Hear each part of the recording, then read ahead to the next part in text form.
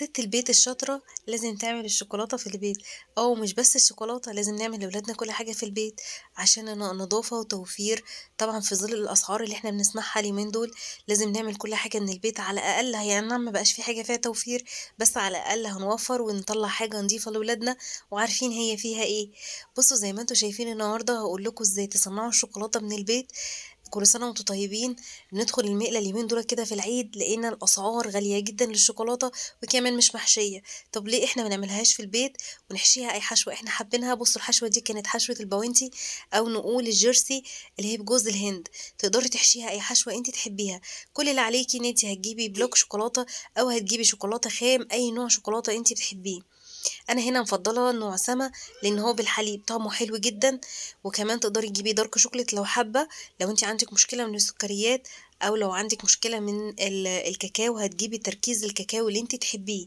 فأحلى حاجة بقى بصراحة في إن أنتِ تصنّعي شوكولاتة بإيدِك إن تقدري تجيبي أي نوع شوكولاتة يناسب لو أنتِ بقى بتعملي نظام صحّي أو ماشية على رجيم، فتقدري تجيبي التركيز الكاكاو أعلى، بيكون سكرياتها أقل وتشتغلي بيها وتاكلي شوكولاتة تكون صحية. زي ما أنتم شايفين كده كل اللي أنا عملته إن أنا كسرت الشوكولاتة. أنا هنا كنت مستخدمة سما حليب، كسرتها كده بالسكينة وبعد كده حطيتها في بولة، وأهم حاجة البولة بتاعتي تكون نضيفة تماما مفيهاش ولا نقطة مية. دي خطوة أساسية جدا، تنضفي البولة بتاعتك جدا ما يكونش فيها مية.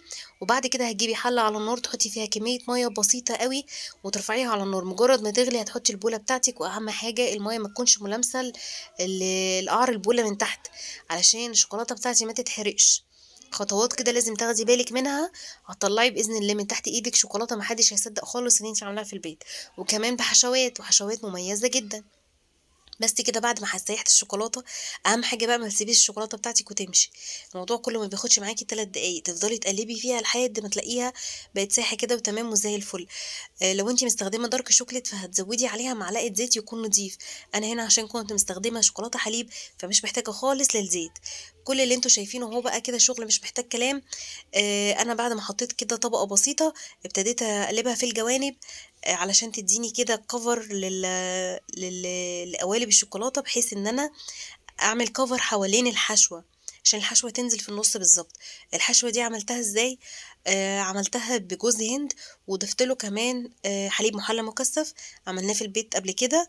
لو حابين ترجعوا في فيديو ليه في القناة. بابتدي بقى أنزل بالحليب المُحلّى المُكثّف فوق الجوز الهند لحد ما بيدّيني كده خليط شبيه للعجينة، وعايزة أقول لكم بتبقى طعمها حلو أوي الحشوة دي.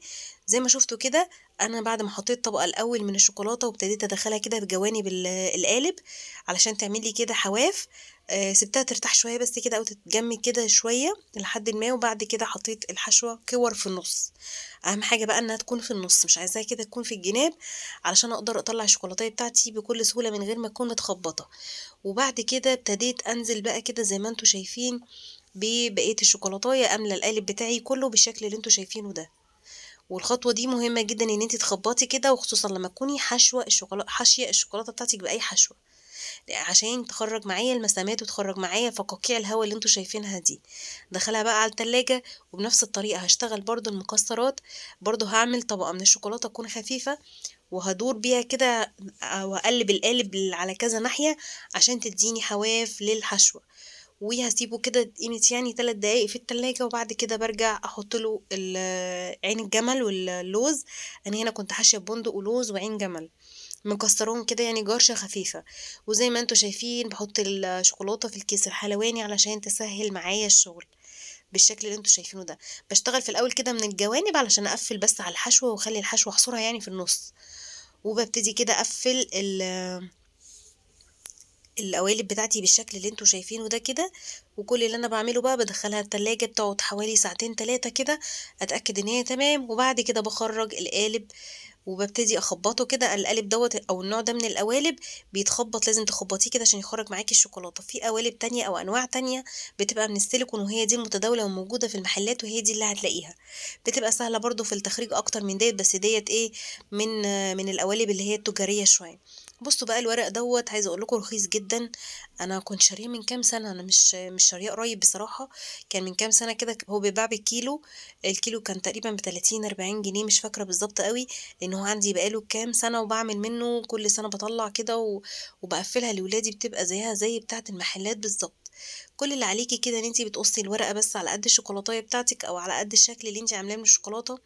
عايزة أقول لكم برضه إن القوالب في منها أشكال كتير، في أشكال كرتونية للأطفال زي كيتي وزي القلوب الصغننة ديّة ودباديب وحاجات كده موجودة كتير منها سيليكون، أنتِ بس هتروحي كده عند أي حد بيبيع مستلزمات الحاجات اللي هي بتاعة العرايس دي أو مستلزمات الحلواني اللي هي الأدوات الحلواني يعني، وتقولي له عايزة قوالب شوكولاتة من السيليكون، بس كده، وتبتدي تصُبّي فيها الشوكولاتة، حابة بقى تحشي براحتك، حابة ما تحشيش براحتك برضه، دي حاجة ترجع لِك.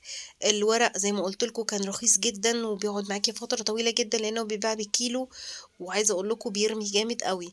بُصّوا في منه كمان نوع تاني أهوّة اللي أنا شغّالة بيه دوّة، في ألوان بقى منه وأشكال كتيرة، هاتي بقى اللي أنتِ تحبيه، عايزة أقول لِك حتى كمان لو ما غلّفتيهاش هي كده تمام أوي، كفاية إن أنتِ عاملاها في البيت ومختارة نوع الشوكولاتة اللي يناسبك، حتى لو عاملة نظام غذائي ومش حابة شوكولاتة عشان سكريات زيادة ولا حاجة، تقدري تجيبي اللي هي بتبقى تركيز 70% كاكاو، دي بيبقى تركيز الكاكاو فيها أعلى وبتبقى سكرياتها أقل، فتقدري تتحكمي فيها بنفسِك غير لمّا تروحي تشتريها من برّه ما تبقيش عارفة هي إيه. حابة بقى أورّيكم كده الحشوة من جوّه بُصّوا عاملين إزاي، البندق فيها ما شاء الله عليه وبجد طعمها حلو أوي، وأصلًا سَما من أنواع الشوكولاتة اللي طعمها حلو جدًا وخصوصًا الحليب للأكل، طبعًا مش للجناش ولا شغل الحلويات خالص، أنا مش باشتغل سَما في شغل الحلويات، طبعًا عارفين إن أنا باشتغل جاتوهات وتورت، بس مش باستخدم سَما خالص. بُصّوا بقى ما شاء الله حطيتها في علبة، حاجة كده ما شاء الله فاخرة كده وحاجة كإنِّك جايباها من برّه ما حدش هيصدق إن أنتِ عاملاها في البيت.